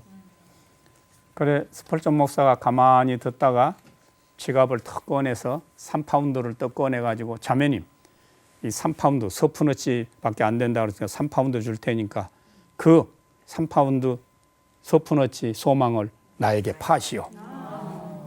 가만히 자매가 물끄러미 그 돈을 바라보더니 화들짝 놀라 일어나면서 문을 열고 그냥 총총히 사라져버린 것입니다. 그렇습니다. 별 볼 일 없는 것이로되 꿈은 없는 것보다는 있는 것이 좋다. 나에게는 꿈이 있다. 옆에 분들과 인사를 나누세요. 나는 꿈이 있다. 나에게는 꿈이 나에게는 꿈은 누구에게나 있습니다. 그리고 꿈은 좋은 것입니다. 그러나 꿈도 두 갈래 빛깔이 있다는 사실에 우리는 긴장해야 됩니다. 하늘에 속한 하나님의 꿈이 있는가 하면 세상에 속한 사람의 꿈이 있다는 것입니다. 꿈도 두 갈래 꿈입니다. 창세기 11장에 보면 신할이라고 하는 대평원에 사람들이 모였습니다. 그래가지고 어마어마한 도시 문화를 건설합니다. 하늘에 닿는 탑을 쌓는 겁니다. 그래서 이름을 드날리다 흩어짐을 막자 이렇게 했는데 그건 사람에 속한 인간의 꿈이기 때문에 그것을 이루지 못했습니다. 하나님께서 다 흩어버리셨다 그랬습니다. 또 사무엘하 15장에 보면은 대권의 꿈을 꾼 자가 있죠. 통큰 꿈을 꾼 거예요, 젊은이가. 나는 말이야 대권에 도전한다. 잘생겼다고 그랬습니다. 성경은 머리카락도 뭐 아주 굉장히 훌륭하다고 성경은 표현하고 있습니다. 그 이름도 유명한 다윗의 아들 압살롬입니다. 왕권에 도전한 왕자의 보좌에 도전한 것입니다. 꿈이 좋지요, 크지요. 그런데 그 꿈은 비참한 최후를 맞이합니다. 세상에 속한 인간의 꿈인 것이죠. 신약에 봐도 많이 있습니다. 사도행전 1장에 보니까 부활하신 예수님 곁에 제자들이 모였습니다. 그리고 소근소근 그리고 정중하게 진지하게 말합니다. 주님이시여, 우리 이스라엘이 독립할 때가 지금입니까? 죽었다가 살아나신 분을 지금 옆에 모시고 있으니까 왕이시니까 왕을 모시고 이스라엘을 로마로부터 이제 독립을 시킬 때가 지금입니까? 인간에 속한 세상 빛깔의 꿈이지요. 그런데 8장에 가면은 또 꿈꾸는 자가 있어요. 인기가 대단하다 그랬어요. 마술사 시몬. 그런데 가만히 보니까 이 예루살렘에서 내려온 사도들이 그냥 말이지 안수기도를 하고 하니까 그냥 성령을 받고 또 보니까 그냥 성령 충만한 사람들은 막 기적을 일으키고 하니까 이게 굉장히 자기도 이제 세례를 받고 이제 마술사에서 이제 크리스찬이 된 것이죠. 그래서 이제 돈을 이제 한 보따리 싸가지고는 사도들 앞에 베드로와 특히 요한 앞에 사마리아 성을 방문한 베드로와 요한 앞에 가서 이 돈을 드릴 터이니 나도 말이지 성령 충만 그래서 저런 능력을 좀 받게 해달라고. 그러니까 베드로가 야단을 칩니다. 그리고 너는 저주를 받게 될 것이라고 합니다. 그러니까 또 이 시몬은 또 막 살려달라고 또 살살 또 회개를 합니다. 인간에 속한 세상에 속한 꿈빛깔과 하나님에 속한 꿈빛깔은 다르다는 것입니다. 하나님께 속한 꿈빛깔은 인간의 생각과는 다릅니다. 세상에 속한 꿈은 반드시 깨지지만 하나님께 속한 꿈은 다 같이 반드시 이루어진다. 그렇습니다. 사도행전 16장에 보니까 사도 바울은 아시아를 먼저 복음화하려는 위대한 비전, 선교의 꿈을 가졌어요. 아시아를 복음화해야 돼. 그런데 16장에 보니까 아니라 이거 있죠. 예수의 영이 막았다 이거예요. 그걸 성령 충만하고 능력 많은 사도 바울의 꿈을 막은 거예요. 그 다음에 예수의 영이 막았다. 2번 나와요. 성령이 막았다. 예수의 영이 막았다. 그리고는 밤에 마게도니아에서 와서 우리를 도와달라는 마게도니아의 부름, 환상을 보게 됩니다. 그러니까 그 전에 그가 가졌던 꿈은 인간에 속한 꿈이었다면은 와서 우리를 도와달라는 마게도니아의 비전은 하나님께 속한. 그래서 보면은 그것이 하나님의 뜻인 줄 알고 우리가 가노라 사모드라게로 가서 배 타고 네아폴리로 빌립보로 암비볼리로 아볼로니아로 테살로니카로 아덴으로 고린도로 갱그리아로. 그의 도시는 바로 하나님의 꿈의 도시로 확산되어 나가는 것입니다. 꿈 대단히 좋습니다. 필요합니다. 그래야 미래가 열립니다. 그러나 그 꿈이 하나님께 속한 꿈이냐 인간에 속한 꿈이냐. 마지막으로 우리는 공동체의 문화를 세우자. 공동체 문화입니다. 우리가 미래는 혼자 사는 게 아니에요. 혼자. 더불어 삽니다. 그런데 우리 기독교 성서의 문화는 공동체 문화입니다. 창세기 2장에서부터 홀로 거하는 것이 아담이 하나님께서 옳다고 봤어요? 옳지 않다고 봤어요? 옳지 않다고 봤어요.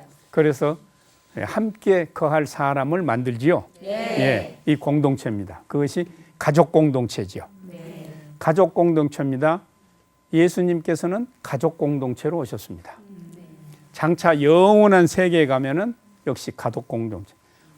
하나님께서 한 분 아버지가 되십니다. 예수님은 한 분 신랑이 됩니다. 동의하십니까? 여기는 신랑들이 적어서 다행입니다. 예, 시간이 없으니까 마가복음 12장을 가서 읽어보시기 바랍니다. 영원한 세계에 가서는 시집가고 장가가는 거예요, 없어요. 우리 모두가 다 천사처럼 변합니다. 그러니까 이 땅에서만 아내고 남편입니다. 그것은 무엇입니까? 최초로 만드신 하나님의 기관 가정. 하나님께서는 또 두 번째로 만드시는 것이 교회인데 아주 피로 값주고 비싸게 값을 치르고 교회를 만드셨습니다. 예배소서에 보면은 교회와 가정은 둘이 아니고 하나입니다. 예, 신랑께 하는 것이 죽게 하듯 하라 그러지 않았습니까? 그렇습니다. 영원한 세계에 가서 역시 또 가정구조로 완성된다 하는 사실입니다. 정리하면 이렇습니다. 미래 우리 크리스찬의 모습은 솔로가 아니고 더불어 하는 대합창으로서 장엄한 찬양을 드리는 그런 우리의 공동체의 모습이 바람직한 미래의 모습이다. 한 사람 예수 그리스도를 중심으로 한 지체가 되는 공동체. 그것이 미래를 이끌어가는 아름다운 지혜가 될 것입니다. 아멘. 여러분들은 그리스도 안에서의 아름다운 공동체로서 더불어 사는 아름다운 여러분들의 미래가 되기를 축원합니다. 아멘. 감사합니다.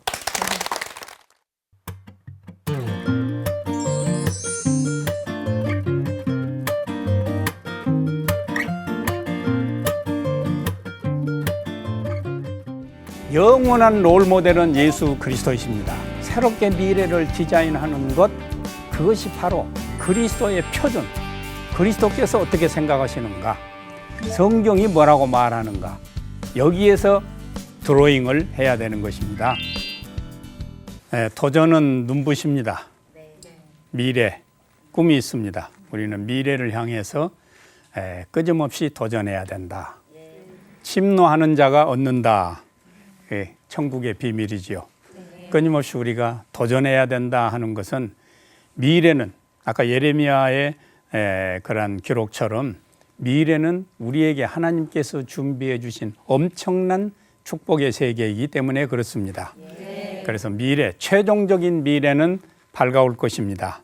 하나님께서 구속사를 완성하는 그때이기 때문에 그때는 역사도 역사의 완성이요, 모든 계시의 완성이요, 성경의 모든 것이 성취되기 때문에 궁극적으로는 장밋빛보다 더 찬란한 눈부신 하나님께서 마련해 주신 그런 세계가 우리가 선물로 받게 될 것입니다. 아멘. 그러기 위해서 이 땅에 있는 우리 크리스찬들은 어떻게 미래를 디자인해 갈 것이냐. 도전이라고 하는 것 먼저 고정관념을 버려야 됩니다. 과거 지향적인 지금까지 내가 틀에 박혀 있는 모습에서부터 과감하게 그 틀을 깨고 나오는 것이지요. 발상의 전환. 바로 이런 그 도전 정신이 필요한데 예를 든다면은 이솝우화의 토끼와 거북이의 그 경주가 나옵니다. 토끼는 한참 달려가다가 이제 잠들었고 거북이는 꾸준히 완주를 해서 결국 결승점에는 이제 거북이가 이겼다. 그런 것을 우리가 늘 고정관념으로만 생각하고 있는 그 틀을 어떻게 깨느냐. 고정관념은 깨도 아프지 않다. 그런 책도 있어요. 그러니 염려 마라. 고정관념을 한번 깨보자. 어떻게? 잠자는 토끼를 깨워놓으면 토끼는 언제든지 경주마다 이길 수 있다. 그러면 거북이가 이겨야 되는 것은 요행을 바랄 수밖에 없다. 토끼가 어떻게 잠들 때만이 이기는 확률. 그래서 우리가 이 발상을 한번 바꿔본다 하는 차원에서 우리의 그런 미래 통찰력을 반짝이게 만드는 것, 그것이 첫 번째 중요합니다.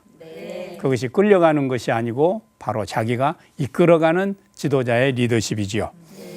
다음에는 우리가 흩어지자 하는 것입니다. 지금까지 우리 이제 한국 교회나 나라나 어디든지 모이자 하는 데는 아주 훈련이 잘 됐어요.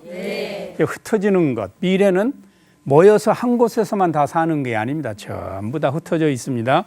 한 집에 살아도 벽 하나 사이에 완전히 문화가 다르죠. 흩어진.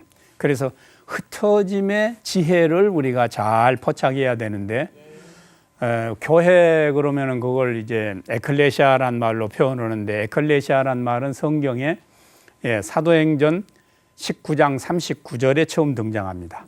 19장 39절. 거기에 보면은 민회라고 나와요. 민회. 뭐 우리 뭐 반상회 비슷하고 뭐 지방자치단체 비슷하지요. 모여서 그 지역의 공통의 관심사를 의논하고 결정하고 흩어져서 삶의 현장에 가서 모여서 의논하고 결정한 바를 삶의 현장에서 실천하는 것, 그게 에클레시아 민회입니다. 우리 성경에는. 교회가 그것을 차용해가지고 우리 교회라는 이름으로 썼어요. 그러면 교회는 어떤 모습이냐? 모이고 흩어지는 것이죠. 모여서 무엇을 의논하고 배우고 훈련 받았던 것을 삶의 현장에 가서 그대로 실천하는 것입니다. 그래서 교회들이 모이는 데는 훈련이 잘 돼서 새벽 기도에서부터 열심히들 모이는데 흩어져서 사회 속에서는 크리스찬이 없다.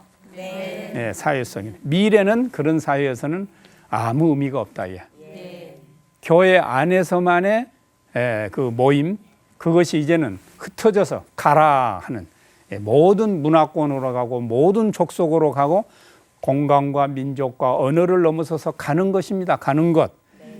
끊임없이 흩어지는 것. 여기에 우리는 미래 창조의 새로운 아이디어를 우리가 창안해야 될 것입니다. 다음으로 미래를 어떻게 디자인해야 될 것이냐. 새로운 문화를 창조해 가야 됩니다. 문화. 21세기는 문화의 세기입니다. 문화. 문화와 단절해서는 커뮤니케이션도 되지 않을 뿐만 아니라 또한 그것이 소기의 목적을 달성할 수가 없습니다. 문화는 무엇이냐? 우리가 영원히 변치 아니하는 진리의 메시지를 전하는 미디어가 문화다. 문화라는 옷을 입고 우리가 하나님의 말씀을 전해야 되는 그런 사명이 우리에게 있습니다. 문화 속으로 한번 들어가 보십시다. 우리 문화 가운데 달아달아 밝은 달아 그런 동요가 있죠. 누가 놀던 달입니까? 그러니까 이미 달은 가요인데요, 가요. 누가 먼저 갔어요? 이태백이 어느 나라 사람이요? 중국. 그러니까 이미 그건 사대주의 사상이에요. 왜 우리나라 김소월이 가서 걸어다녔다 이러면 좋을 거 아니에요? 그러니까 이 문화가 거기까지는 애교로 봐줍시다. 거기에 개수나무가 하나 있는데 그 개수나무를 엄청난 재벌이 그걸 찍어냅니다. 은도끼, 금도끼를 사용하니까 굉장한 재벌이지요. 시대의 재벌입니다. 은도끼, 금도끼를. 그래서 뭐 어디다 쓰려고 그런가 했더니 그게 뭐 집을 지어가지고 어디다 쓰는가 뭐 무슨 뭐 양로원인가 뭐 뭔가 양친 부모 모셔놓고 천년만년 살겠다는 것입니다. 실버타운이. 오직 자기 부모, 자기. 우리의 것을 자기 것으로. 이런 문화거든요. 조금 더 가면 더 재밌는 거 있어요. 얘들아 오너라 달 따라가자. 장대 들고 망태 메고 뒷동산으로. 뒷동산 올라가 무등을 타고 장대로 달을 타서 망태에 담자. 온 세계 하나밖에 없는 달을 따서 어디다 쓰려고 그런가? 저 건너 순인의 불이 없어서 밤이면은 바느질도 못한다더라. 자기 순이 집에 바느질 하는데 달아줘. 그러면 온 세계는 암흑으로 변하든지 말든지 나하고는 아무 상관이 없다 이거죠. 낮에 나온 반달도 따버리는데요. 그러니까 이러한 문화 속에서 새로운 문화, 새로운 뉴 컬처, 새로운 문화를 창조해 간다고 하는 것은 꼭 그리스도의 문화를 말하는 것입니다. 그리스도는 나에게서 우리에게로, 우리에게서 그리스도에게로 확대되는 그런 문화를 창조해 가는 것이지요. 중국이 낳은 아주 세계적인 석학이 한 분 있습니다. 물론 고인지 됐죠. 이머당이라고 하는데 뭐 요새는 리뉘탕 그러죠. 리뉘탕. 이머당이라는 사람, 생활의 발견 그런 책이 아주 우리나라에서 번역돼서 많이 보급된 책입니다. 그는 목사의 아들입니다. 신학에서 공부를 했습니다. 그러나 젊은 시절에 그는 기독교인인 것을 거부했습니다. 나는 그리스도인이 아니다. 나는 이교도인이다 하면서 선언하고 나가봤습니다. 그리고 20년, 20여 년이 흐른 후에 그가 다시 이교도에서 그리스도인으로 나는 책을 썼습니다. 다시 돌아왔습니다. 그러면 20년 동안 무엇을 했느냐? 그의 학문적, 신앙적, 철학적 방황기가 약 20년간입니다. 어떤 방황을 했느냐? 그는 이렇게 고백을 합니다. 나는 유교라고 하는 대궁정 같은 저택을 유유히 산책했노라. 이게 유교의 모든 고전들을 다 섭렵했다고 말이에요. 나는 또 도교라고 하는 노자장자 사상을 도교라고 그러잖아요. 노장 사상. 그건 유교보다도 조금 위에다가 뒀어요. 그 나는 도교라고 하는 노자와 장자의 사상의 산봉우리 위에서 온 사물을 내려다봤다. 그러니까 뜰에서 업그레이드가 됐죠. 어디까지? 산봉우리 위까지. 그 다음에 세 번째로는 나는 그 산봉우리 위에 구름처럼 흩날리는 불교를 나는 섭렵했다. 그러니까 불교는 허공에 흩날리는 구름과 같은 어떤 허무주의라 이 말이에요. 그러고 끝난 것이 아니고 네 번째로서는 이 모든 것들 동서고금의 현자와 성현들과 철학자들의 모든 가르침보다도 더 위에 위대한 가르침을 나는 만났다. 그것이 예수 그리스도의 가르침이다. 예수 그리스도의 가르침은 궁색한 자기 변호가 없다. 또 남을 속이는 그런 변증도 없다. 그런 난해한 논리도 없다. 그는 너무도 투명하다. 너무도 단순하라. 나를 봐라. 내가 하나님이다. 내가 아들이다. 나를 따르라. 나를 마시면 영원히 목마르지 아니한다. 나를 먹는 자는 영원히 산다. 나는 선한 목자다. 나는 너희들을 위하여 속죄 제물이 된다. 그렇게 단순하게 선언하면서 그렇게 살았다는 것입니다. 예수님이. 그래서 마지막에 이렇게 고백합니다. 모든 촛불을 꺼라. 태양이 솟아오른다. 그렇습니다. 예수 그리스도의 가르침. 이것은 지금까지 인류가 추구하고 있는 학문 세계나 윤리 세계나 어떤 철학 세계 모든 곳에서 가장 빛나고 명석. 그런 것들이 촛불이라면은 예수님의 가르침은 예수님이 보여주시는 것은 무엇과 같다? 태양과 같다. 그렇습니다. 그런 운동이 새 문화 운동입니다. 세상에 속한 모든 문화를 뛰어넘어서 새롭게 창조해가는 문화. 온 인류를 향한 문화. 영원한 생명을 향한 문화. 동의하십니까? 그래서 이 문화 선교의 중요성이 여기에 있는 것이지요. 그 다음에 예수님의 가르침에서 우리는 힌트를 얻을 수 있습니다. 예수님의 가르침은 단순하면서도 거기에 모든 것이 다 포함이 된다. 그래서 이 멀티미디어 시대에 설교는 어떻게 해야 되는가 하고 신학자들이 연구해서 그 논문을 발표한 것이 있어요. 이 뭐 영상 매체 뭐 이런 SNS 뭐 이런 매체들이 지금 뭐 이렇게 범람하고 있는 때에 설교는 어떻게 해야 되느냐? 설교의 표현은 시처럼 해야 된다 그랬어요. 시처럼 해야 된다. 그래서 여러분들 지금 140자로 공론의 장이 다 지금 마련되어 있잖아요. 또 여러분 이제 문자로 보낼 때에 홀소리 달소리도 그것도 거추장스러워서 홀소리만 쓴다든지 또 닷소리만 쓴다든지 그것도 다 줄여가지고 요새 뭐 생일을 축하한다 그러면 그것은 벌써 전근대적인 예, 박신 세대의 문장입니다.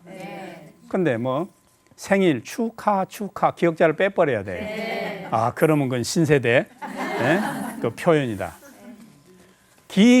장황하고 길고 복잡한 것을 어떻게 심플하게 명료하게 명징하게 표현하느냐, 이것이 미래를 디자인해가는 자의 지혜인 것입니다.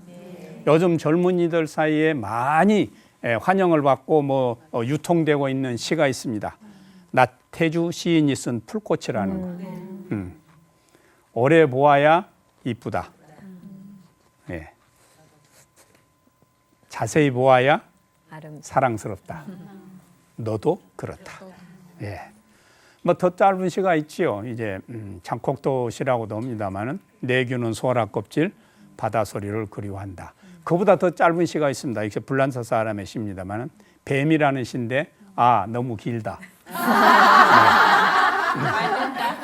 그 시인 정말 좋아할 것 같은데요. 우리나라도 짧은 시인들 참 많이 있습니다. 김소월의 만리장성, 밤마다 온 하룻밤, 쌓았다 헐었다 긴 만리성. 고운 시인도 꽃이라는 거 있죠. 내려갈 때 보았네, 올라올 때 못 본 그 꽃. 그보다 더 짧은 시가 있습니다. 유한진 서울대 교수 은퇴했습니다마는 옛날 애인, 딱 2줄입니다. 날 보았을까? 날 알아보았을까?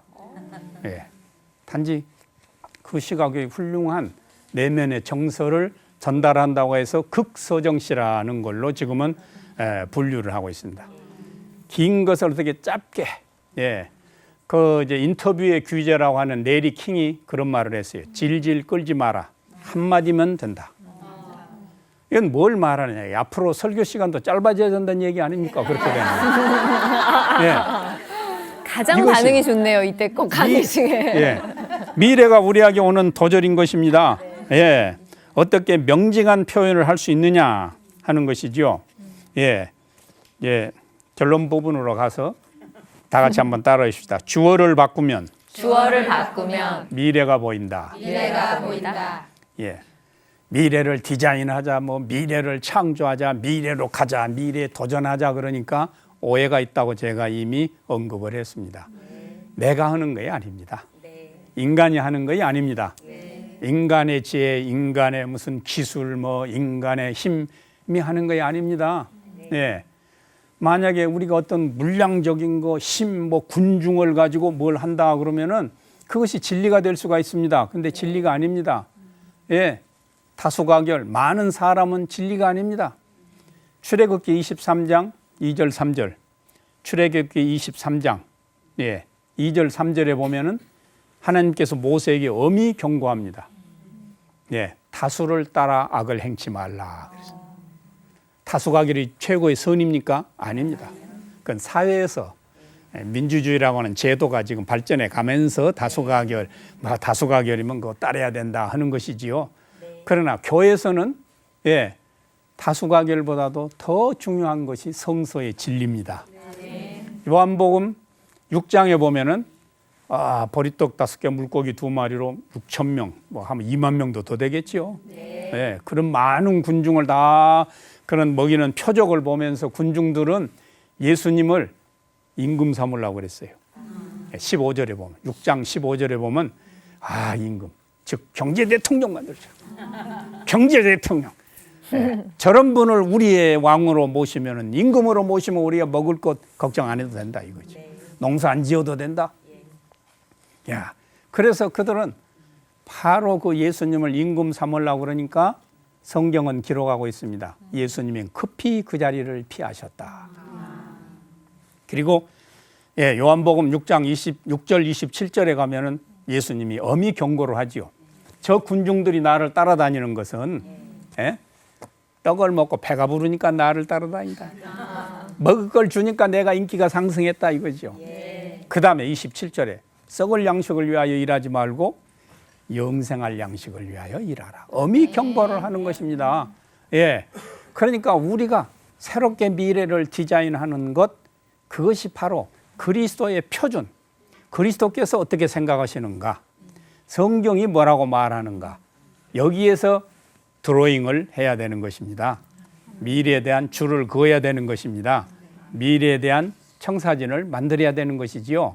네, 바로 예수 그리스도의 문화를 우리가 주어를 내려놓고 예수 그리스도가 주어가 돼야 되고 예수 그리스도가 주인이 돼야 되는 것입니다. 미래, 그것은 지금 인간들이 염려하고 인간들이 난해하게 만들어 놓고 있다. 이것을 어떻게 그리스도의 관점으로, 하나님 관점으로 우리가 새롭게 창조해 가느냐, 이것이 오늘 우리 크리스찬들의 지혜인 것입니다. 뭐 예를 들면은 모세를 본받자, 우리가 그런 얘기를 합니다. 위대한 영도자 모세, 그의 백성들을 430년 만에 애굽에서부터 해방시킨 위대한 지도 영도력을 가진 모세를 본받자 그럽니다. 모세는 아무리 본받아도 구원받을 수가 없어요. 모세가 우리를 구원해 줍니까?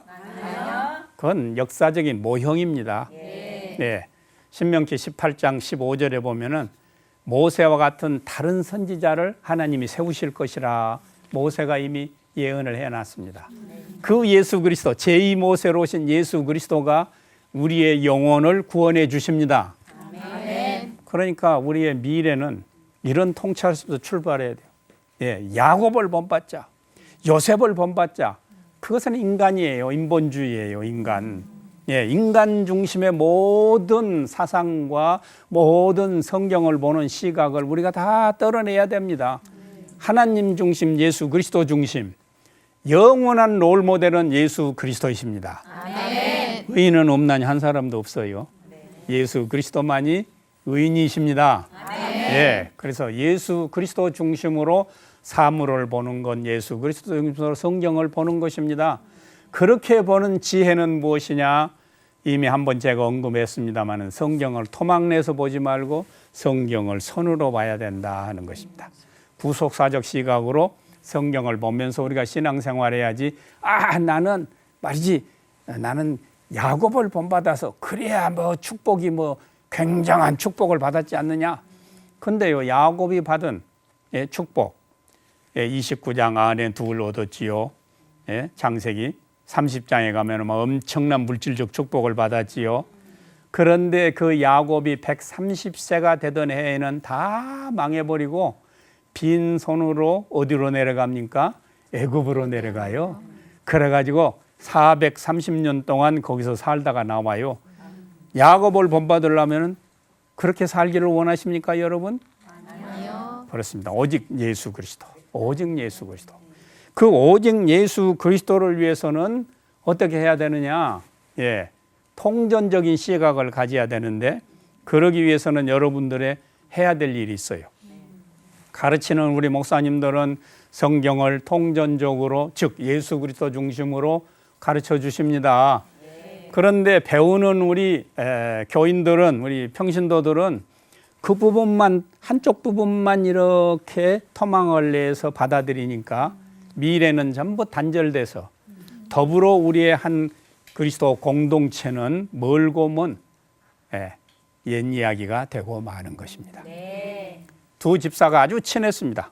한 교회에서 뭐 친구로 지내고 뿐만 아니라 같은 찬양대에서, 찬양대인가 성가대인가?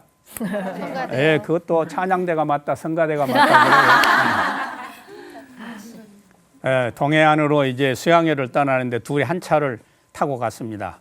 그런데 운전을 하던 친구가 휴게소에서 빵 하나하고 우유 한 병을 사가지고 오는 거예요. 그런데 왜 빵을 하나만 사올까? 차에서 기다린 친구는 걱정을 하고 뿐만 아니라 우유를 하나 가져오는데 왜 일회용 컵도 안 가져오는가 걱정을 태산같이 하고 있는데 빵을 여러 가지는 혼자 다 먹고 우유도 뜯어서 혼자 다 먹는 거예요. 그래도 뭐 빵 반쯤 먹고 남겨주겠지 했는데 마지막까지 다 먹어버려요. 그래서 차에서 기다리던 친구가 이제 감정을 추스리고 이렇게 말합니다. 여보게 친구, 지금 우리 교회에서 성경 통독을 하는데 지난 주간에 나에게 참으로 감동 깊게 오는 은혜의 말씀이 있었네. 빵 못 얻어먹은 친구가. 그래? 그 성경 구절이 뭔데? 내 이웃을 내 몸처럼 사랑하라 하는 성경 구절이었네. 그럼 혼자 다 빵 먹은 친구가, 그래? 우리 교회에서도 성경 통독한다. 근데 나에게 참 지난 주간에 은혜로 와 닿는 성경 구절이 있었다. 그게 뭔데? 내 이웃의 것을 탐내지 말라. 이렇게 성경 1189장 31,173절을 전부 토막내 가지고 자기 필요한 것만 그 또 이단들이 하는 것처럼 이단들 그 전도자들이 그 몇 개 달달달 외 가지고 하는 것처럼 하는 것은 대단히 위험하다. 성경은 66권이 아니다. 1189장이 아니다. 성경은 한 권이다. 어떻게? 예수 그리스도를 통한 하나의 이야기다. 예수님이 말씀하셨습니다. 요한복음 5장 39절. 요한복음 5장 39절. 너희가 성경에서 구원을 얻는 줄 알고 성경을 상고하거니와 성경이 나에 대해서 말하고 있다. 성경의 핵심은 예수 그리스도입니다.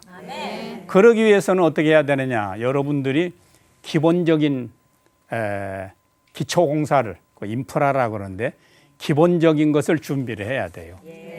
똑같이 1시간 예배에 참석합니다. 똑같이 신앙생활 교회 합니다. 그런데 어떤 분은 놀라운 은혜 속에서 하나님의 통찰에 가깝게 사는 사람이 있는가 하면은 똑같은 교회에서 똑같은 목사님의 설교 듣는데 자기는 점점 거리가 멀어지는 것이죠. 그건 뭐이 다르냐? A라는 사람은 인프라가 구축됐고 B라는 사람은 구축이 안 됐기 때문에 그런 거예요. 그러면 그 구축은 뭐냐? 우선 성경에 대한 기본적인 것을 내가 갖추고 있어야 돼요. 성경에 대한 기본적인 거 이름을 불러서 제가 질문을 한다고 그랬는데 시간이 없으니까 다행인 줄 아세요. 성경 66권의 제목을 다 암송할 수 있는 사람 손 들어보세요. 성경 66권의 제목 창세기, 출애굽기, 레위기. 또 창세기, 출애굽기, 레위기 그 노래로 부르면 된다는데 그건 전근대적인 농경사회에서 암송합니다. 지식정보사에서는 어떻게 해야 되느냐? 창출, 내민, 신수사 이렇게 해야 돼. 창출, 내민, 신수사, 사망대설에 엽시 얌전한 사람, 애길 단어, 여름, 연민아, 수박성말, 마방루교, 행농고, 갈래피고, 살딤딤, 모니약배, 요유계 하면은 지금 강대상에서 목사님이 설교를 하는데 나는 지금 성경 66권에 대한 전체 날개를 떡 펴고 말씀을 받게 되는 것이죠. 나의 마음의 오지랖은 넓어져 있는 것입니다.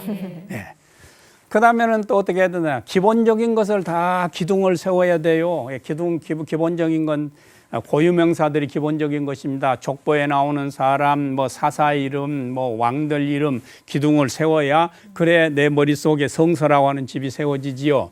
미래는 바로 이렇게 통전적 시각으로 역사를 보고 어제를 보고 오늘을 보고 내일이라고 하는 미래를 통찰하는데 누구의 포인트 오브 뷰, 누구의 시각으로? 예수 그리스도의 시각으로 하나님의 관점으로 미래를 보는 것입니다. 그것이 미래를 디자인하는 여러분들의 지혜인 것입니다. 아멘. 바울에게서 그 지혜를 좀 배워보십시다. 바울이 우리에게 얘기해 줍니다. 지혜 곧 그것은 예수 그리스도다 하는 것을 얘기를 해 주시는 것이죠. 그래서 예배소 1장을 제가 소개를 했습니다만 항상 예수 안에서 그리스도 안에서 그리스도 예수 안에서 예수 그리스도 안에서 여러분들은 그리스도 안에서 항상 사고하고 액션을 취하고 그래서 미래를 하나님의 거대한 하나님의 큰 구속사의 경륜 안에서 내가 어떻게 선한 도구로 쓰임을 받는가 그래서 승리하시는 여러분들이 되시기를 축원합니다. 네, 감사합니다.